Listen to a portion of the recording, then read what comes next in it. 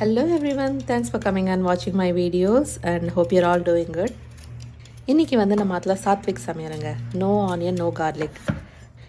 இன்றைக்கி Mahalaya Amavasya. Most of you know about it, honouring our ancestors. கொண்டை கொஞ்சம் ஊற வச்சுருந்தேன், ஈவினிங் கோவிலுக்கு சுண்டல் பண்ணிட்டு போகலான்னு. அந்த கொண்டைக்கடலையில் கொஞ்சம் எடுத்து நான் வந்து புழுங்கரிக்கு யூஸ் பண்ணிட்டேன்.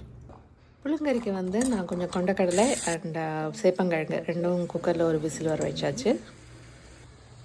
ஸோ இந்த புழுங்கரிக்கு வந்து நீங்கள் கொஞ்சோண்டு வெந்தயம், மிளகா வத்தல், நான் வந்து கொஞ்சம் குருமிளகு கூட இன்க்ளூட் பண்ணியிருக்கேங்க.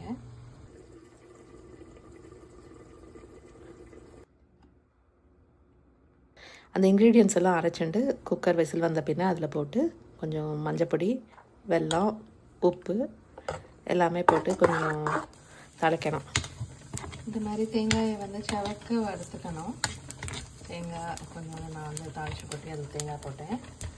அதை வந்து நம்ம இதெல்லாம் என்ன பண்ணுறோம், இது இருக்கு இல்லையா, அதில் போட்டு பார்த்திங்கன்னா வந்து நல்லா வெந்தாச்சு. அண்ட் மை புழுங்கரி is ready.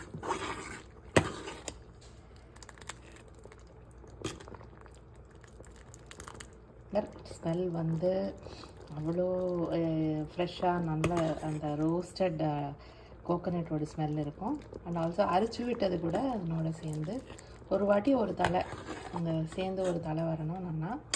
Then we have done. இது வந்து மெழுக்கு வெரைட்டின்னு சொன்னதில்ல, நீங்கள் வாழைக்காயை நல்லா பொடியாக நறுக்கிண்டு நீங்கள் ஜஸ்ட்டு இது குக்கர்லலாம் போட வேண்டாம், டைரெக்டாக பேனில் போட்டு வேக வச்சா போதும். ஒன் திங் மெயின், பச்சை மிளகா, கருவேப்பிலை, தேங்காய் எண்ணெய் பிடிச்சவா தேங்காய் எண்ணெயும் போட்டுக்கலாம்.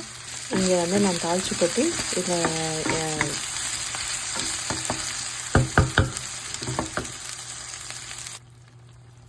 கொஞ்சம் தண்ணி விட்டுட்டு அதை நல்லா வேக வச்சா போதும்.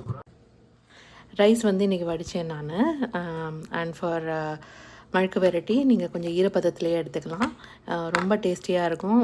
அந்த க்ரீன் சில்லி அண்ட் தேங்காய் எண்ணெய் அரோமாவோட. அவ்வளோதாங்க. அண்ட் ஹியர் இஸ் மை புழுங்கரி. Alright guys, see you in the next video. Be happy, stay positive.